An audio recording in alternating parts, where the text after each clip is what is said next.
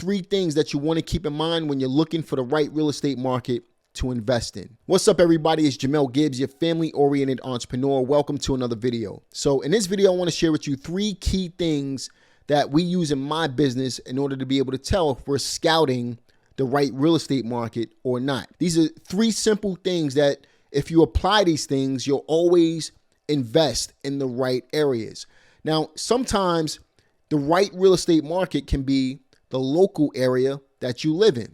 Other times it might be the surrounding areas around the local market. And then you have people who want to invest virtually as well. Like us, we do virtual investing.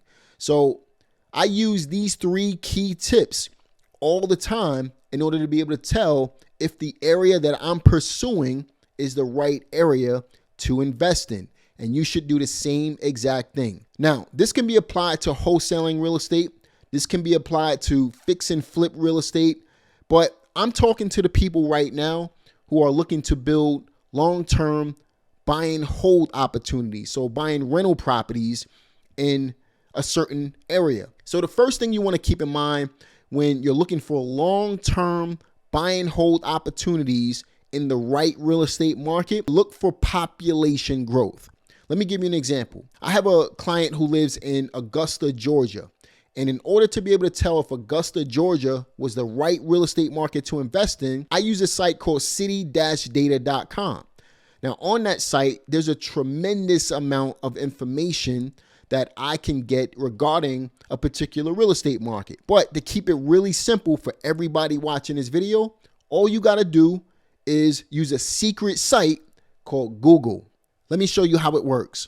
So when you go to Google, all you got to do is type in population growth in Augusta, Georgia, or your particular area that you're looking to invest in, right? Now, in Augusta, Georgia, what I'm looking at is the first paragraph up at the very top from macrotrend.net. That's another site that you can use in order to do a lot of market research.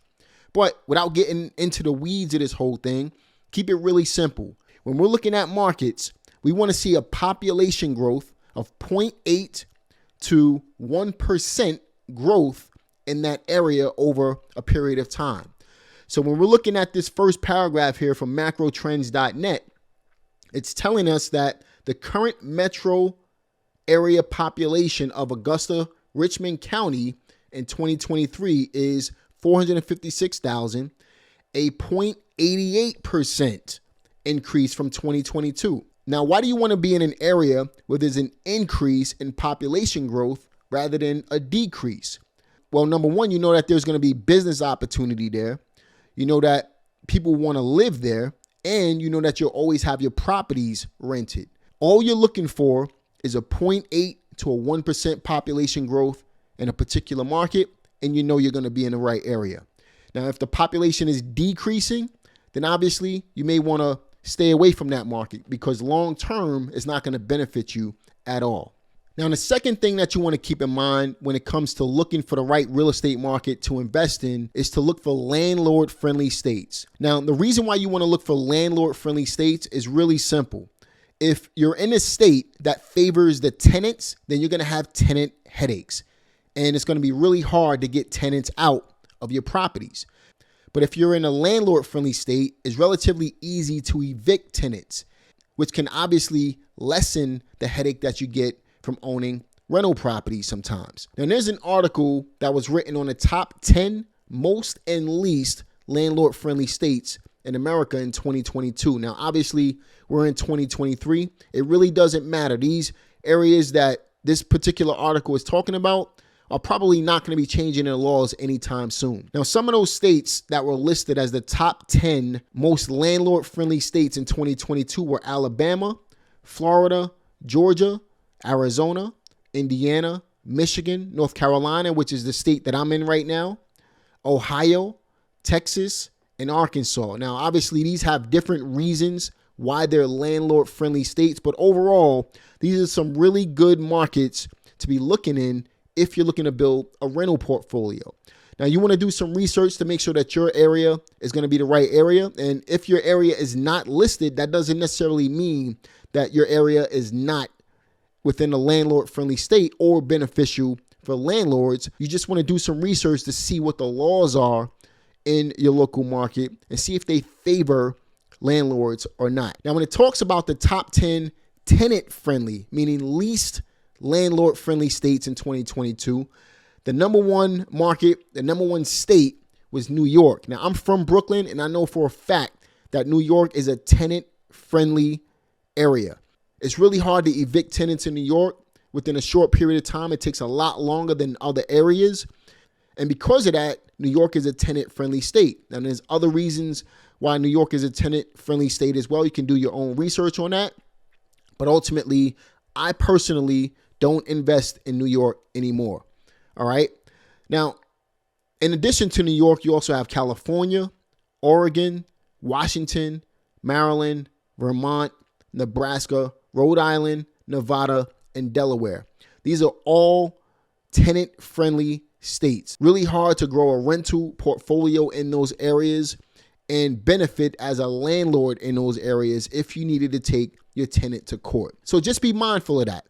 Do your market research. Make sure you're in a landlord-friendly state where you're going to benefit as a landlord and the laws will favor you as a landlord and a business owner. Now, I'm not telling you to go out there and find a landlord-friendly state so you can be a slumlord. That's not what we're looking to do. We're looking to treat people the way we want to be treated. We're looking to rent properties that we would want to live in. We want to make sure that everything in the property is operating. We want to make sure that the property looks presentable. If we're looking for long-term buy and hold opportunities, remember, that's an investment that you're looking to make, which means sometimes you're going to come out of your pocket monetarily, or you're going to spend some time. You're going to have some sweat equity in that particular property. You don't want to be a slumlord. That's not what we're trying to do.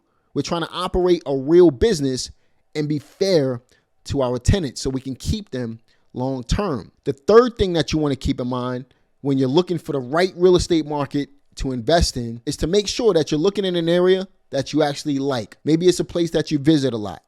Maybe it's a place where you have some family. Maybe you like to go there on vacation and you actually like the area.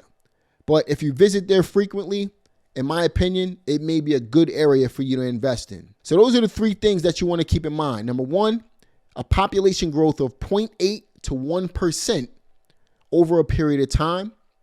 Number two, you're in a landlord-friendly state.